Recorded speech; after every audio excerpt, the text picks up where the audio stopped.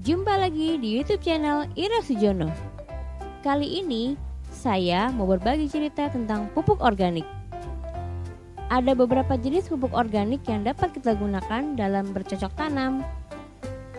Untuk lebih jelasnya, mari kita sama-sama dengar penjelasannya. Berjumpa lagi dengan saya Yosef Permana. Pada kesempatan kali ini saya akan sedikit memaparkan apa itu tentang pupuk organik yang digunakan di Nara Pupuk Village. Nah, Sobat Tani, pada kesempatan kali ini terdapat beberapa pupuk kandang ataupun pupuk organik yang digunakan di NKV ini. Yang pertama kita lihat ada di sini kotoran ternak dari kambing yang bisa digunakan untuk pupuk organik.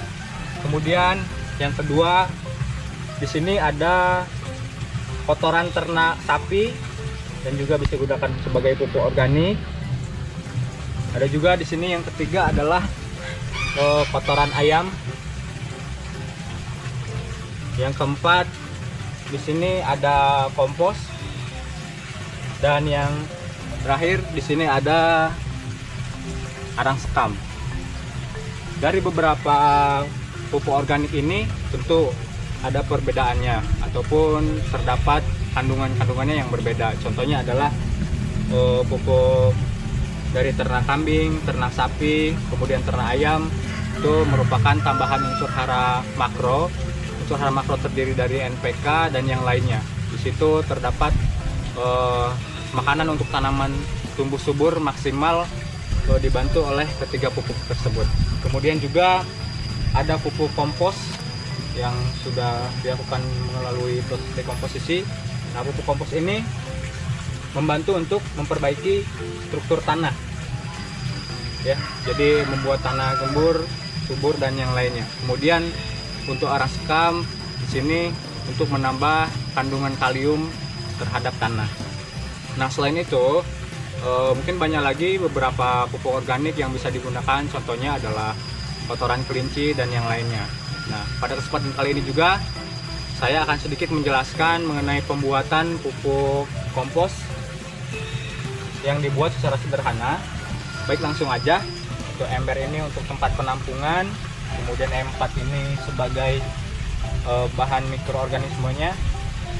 Ada sersah daun. Sersah daun ini kita bisa kumpulkan dari pohon-pohon ataupun daun-daun yang sudah kering gitu. Dan juga kita sediakan juga kompos yang udah jadi dan pupuk-pupuk kandang yang lainnya sebagai pembantu dalam pembuatan kompos. Tahap pembuatannya, kita tuangkan kompos yang sudah jadi ke dalam ember ini.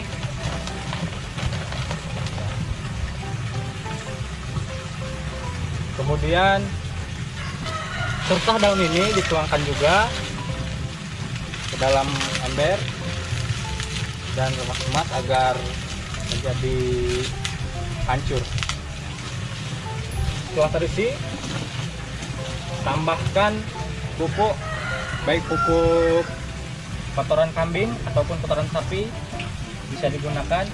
Ditambahkan juga ke penampungan ini, pembuatan ini.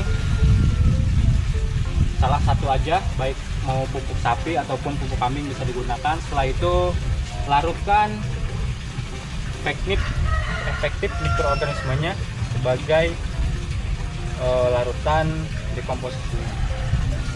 Jadi seperti ini untuk membantu menguraikan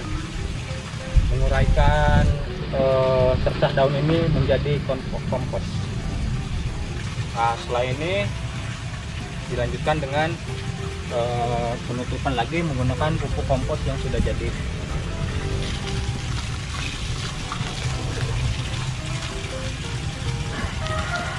Ya, setelah itu kita tutup. Nah, pada waktu setelah 1 minggu selesai penutupan ataupun 2 minggu sekali kita lakukan pembalikan di dalam kompos ini agar proses dekomposisinya maksimal seperti itu. Di sini terdapat kotoran ternak dari kotoran ayam. Di sini kotoran ayam ini dapat digunakan sebagai pupuk organik, contohnya untuk menanam komoditas sayuran daun seperti sesim, kemudian pakcoy, kale, kailan, selada, serta komoditas sayuran daun yang lainnya. Nah, kenapa kotoran ayam ini terdapat skamnya? Nah, ketika peternak itu beternak ayam, di kandangnya itu ditambahkan skam ini untuk menyerap larutan dari ataupun dari kotoran ayam tersebut, dan juga untuk menjaga kelembaban agar tidak mengudara dan bau. Nah, baik, di sini terdapat arang skam. Nah, saya sedikit akan menerangkan kenapa di pemupukan organik itu terdapat arang skam.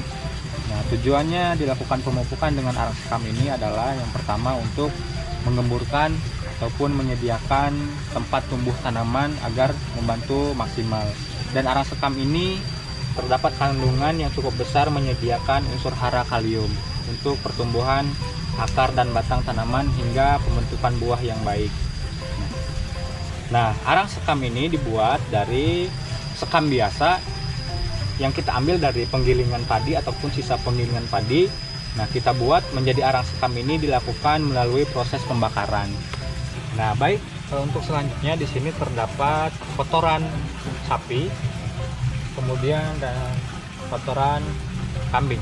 Nah, di sini keduanya adalah merupakan pupuk organik yang dihasilkan oleh ternak. Nah, di sini pupuk kotoran sapi ini dan pupuk kotoran kambing ini bisa digunakan untuk penanaman komoditas sayuran daun dan juga sayuran buah organik. Nah, di sini pupuk kotoran sapi ini dihasilkan dari peternak sapi secara langsung, dan juga kotoran kambing ini dihasilkan juga dari peternak secara langsung. Pupuk sapi ini dinyatakan bagus adalah untuk baunya tidak terlalu menyengat, kemudian remah untuk dipegang dan tidak basah. Dia juga sudah mengurai melalui proses dekomposisi sendiri. Nah, baik, untuk kotoran kambing pun kriterianya adalah sudah remah seperti ini, sudah dalam keadaan kering, baunya sudah tidak terlalu menyengat, dan juga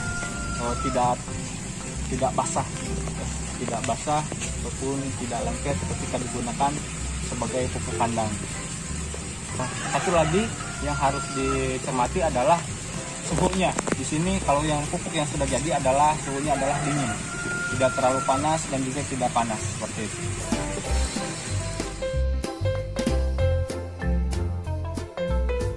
Kita juga bisa membeli pupuk kompos yang sudah jadi yang diproduksi oleh Narkobu Village di Tokopedia. Kunjungi Narkobu Store di Tokopedia. Oke, sekian dulu untuk video kali ini. Salam sehat dan sukses selalu.